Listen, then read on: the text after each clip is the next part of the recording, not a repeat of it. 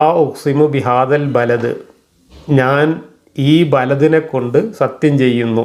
ലാ ഉഖ്സിമു എന്ന് പറഞ്ഞാൽ ഞാൻ സത്യം ചെയ്യുന്നില്ല എന്നാണ് അർത്ഥം. പക്ഷേ അത് വിപരീത അർത്ഥത്തിലാണ് ഉപയോഗിക്കുന്നത്. അങ്ങനെ ഒരു ശൈലിയാണ് ഉപയോഗിച്ചിട്ടുള്ളത്. ഞാൻ ഈ ബലദിനെ കൊണ്ട് സത്യം ചെയ്യുന്നു. എന്താണ് ബലദ്? ബലദ് എന്ന് പറഞ്ഞാൽ നാട്, രാജ്യം എന്നൊക്കെയാണ് അർത്ഥം. അപ്പോൾ ഈ നാടിനെ കൊണ്ട് ഞാൻ സത്യം ചെയ്യുന്നു എന്നാണ് ഇവിടെ പറഞ്ഞിരിക്കുന്നത്.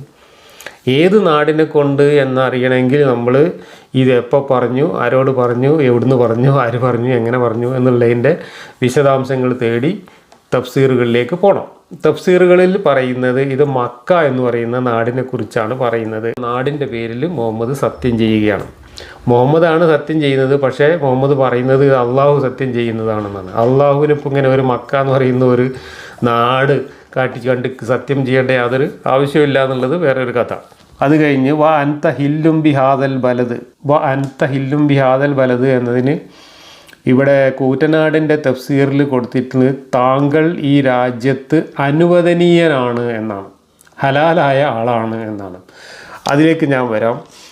എന്നാൽ ഇതേ വാക്യത്തിന് നമ്മുടെ മുജാഹിദ് തഫ്സീറിൽ, ഓൺലൈൻ തഫ്സീറിലും കൊടുത്തിരിക്കുന്ന അർത്ഥം നീയാകട്ടെ ഈ രാജ്യത്തെ നിവാസിയാണ് താനും. അവിടെ ഈ നാട്ടുകാരനാണ് എന്ന അർത്ഥത്തിലാണ് ഹില്ലുൻ എന്ന വാക്ക് ഉപയോഗിച്ചിട്ടുള്ളത് എന്ന് മുജാഹിദ് തഫ്സീറിൽ പറയുന്നു. എന്നാൽ സുന്നി തഫ്സീറിൽ പറയുന്നത് നീ ഈ നാട്ടിൽ അനുവദനീയനാണ് എന്നാണ്. എന്താണ് ഈ അനുവദനീയൻ എന്ന് പറഞ്ഞതിൻ്റെ അർത്ഥം?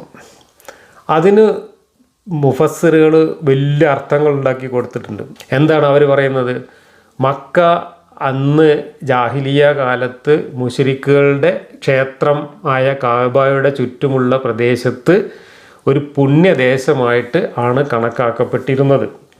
അതുകൊണ്ട് അവിടെ പുല്ല് പറിക്കാൻ പാടില്ല, മരം വെട്ടാൻ പാടില്ല, ഒരു ജീവികളെയും ഉപദ്രവിക്കാൻ പാടില്ല, മനുഷ്യരെ ഒരു തരത്തിലും ആക്രമിക്കാനോ യുദ്ധം ചെയ്യാനോ കൊല്ലാനോ ഒന്നും പാടില്ല, ചോര ചിന്താനൊന്നും പാടില്ല എന്നതായിരുന്നു അന്നത്തെ ഗോത്രമര്യാദ. ഈ ഗോത്രമര്യാദ മക്കക്കാർ മാത്രമല്ല മക്കയ്ക്ക് പുറത്തുള്ള ആളുകളും പാലിച്ചിരുന്നു. കാരണം മക്കയിലെ ക്ഷേത്രത്തിൽ ആ പ്രദേശത്തുള്ള മുഴുവൻ ഗോത്രക്കാരുടെയും ദൈവങ്ങളെ പ്രതിഷ്ഠിച്ചിരുന്നു.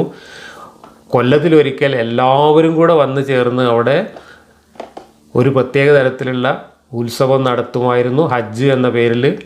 അതാണ് പിന്നീട് മുഹമ്മദ് ഹൈജാക്ക് ചെയ്തത്. ആ ഹജ്ജിൻ്റെ വേളയിൽ അവിടെ എല്ലാ ഗോത്രക്കാരും ഒരുമിച്ച് ആരാധനകൾ നടത്തുമായിരുന്നു. അതുകൊണ്ട് തന്നെ മക്കയെയും പരിസരത്തെയും ആ ക്ഷേത്രത്തെയും ആ ക്ഷേത്രം സംരക്ഷിച്ചു പോന്ന കുടുംബങ്ങളെയും ഒക്കെ വിശുദ്ധമായിട്ട് കണക്കാക്കുകയും അവരെ ആ ഒരു തരത്തിലും ഉപദ്രവിക്കാതിരിക്കുകയും ആക്രമിക്കാതിരിക്കുകയും ചെയ്യുക എന്നത് അന്നത്തെ ഒരു ഗോത്ര മര്യാദയായിരുന്നു. അത് കൃത്യമായിട്ട് അവർ പാലിച്ച് പോന്നിരുന്നു. അതുകൊണ്ട് ഈ മക്കയുടെ കഅബയുടെ സംരക്ഷകരായിട്ടുള്ള കുടുംബങ്ങൾ ഉൾക്കൊള്ളുന്ന കച്ചവട സംഘങ്ങളെ പോലും കൊള്ളക്കാർ കൊള്ളയടിക്കുക പോലും ചെയ്തിരുന്നില്ല. കൊള്ള അന്നത്തെ ഒരു തൊഴിലാണ്, സാധാരണ തൊഴിലാണ്. ചില ഗോത്രക്കാരുടെ ഒരു സാധാരണ ഒരു കുലത്തൊഴിലായിരുന്നു ഒന്ന് കൊള്ള. അങ്ങനെ കുലത്തൊഴിലായി കൊള്ള ചെയ്തിരുന്ന ആളുകൾ പോലും മക്കക്കാരെ കൊള്ള ചെയ്യുമായിരുന്നില്ല. കാരണം ഈ പ്രദേശവും ഈ ക്ഷേത്രവും അത്രയ്ക്ക് വിശുദ്ധമായിട്ട് അവർ കണക്കാക്കിയിരുന്നു. അങ്ങനെ വിശുദ്ധമായി കണക്കാക്കിയിരുന്ന ഈ മക്കയിൽ ആദ്യമായി വലിയ അക്രമം നടത്തിയത് മുഹമ്മദാണ്. മുഹമ്മദ് അവിടെ അക്രമം നടത്തുകയും ആ ക്ഷേത്രം പിടിച്ചെടുക്കുകയും അവിടെയുള്ള ദൈവങ്ങളെ മുഴുവൻ എറിഞ്ഞുടക്കുകയും വലിച്ചെറിയുകയും എന്നിട്ട് ആ ക്ഷേത്രം കൈയടക്കി അവിടെ ആരാധിച്ചു വന്നിരുന്ന മുഴുവൻ ആളുകളെയും അവിടെ ഹറാമാക്കുകയും ചെയ്തു. അവർക്ക് പ്രവേശനമില്ല, അവർ നജസാണ്, അവർ അശ്ലീലങ്ങളാണ് എന്ന് പറഞ്ഞുകൊണ്ട് മുഹമ്മദ് ഈ മക്ക മുശ്രിക്കുകളുടെ ക്ഷേത്രം കൈയടക്കിക്കൊണ്ട് മുഹമ്മദിൻ്റെ അള്ളാഹുവിൻ്റെ ക്ഷേത്രമാക്കിയത് മാറ്റുകയാണ് ചെയ്തത്. അതിനുവേണ്ടി മക്കയിൽ മുഹമ്മദ് വലിയ അക്രമങ്ങൾ നടത്തി മക്ക സായുധ സേനയെ ഉപയോഗിച്ച് പിടിച്ചടക്കുകയാണ് ചെയ്തത്. അപ്പോൾ മുഹമ്മദിന് ഇങ്ങനെ മക്കയുടെ പരിശുദ്ധിയെ ലംഘിക്കാനുള്ള പ്രത്യേക അനുവാദം കൊടുത്തിട്ടുണ്ട് ദൈവം എന്ന് പറഞ്ഞുകൊണ്ട് മുഹമ്മദിൻ്റെ അക്രമങ്ങളെ ന്യായീകരിക്കാൻ വേണ്ടിയിട്ടാണ് ഇവിടെ ഹില്ലുൻ എന്ന വാക്കിന് അനുവദനീയൻ എന്ന അർത്ഥം കൊടുത്തിട്ടുള്ളത് എന്നാണ് വ്യാഖ്യാനങ്ങളിൽ പറയുന്നത്. മുഹമ്മദിന് അവിടെ ചോര ചിന്താനും കൊല്ലാനും അക്രമം നടത്താനും പ്രത്യേക അനുവാദമുണ്ട്, മറ്റാർക്കും ഇല്ലാത്ത അനുവാദം.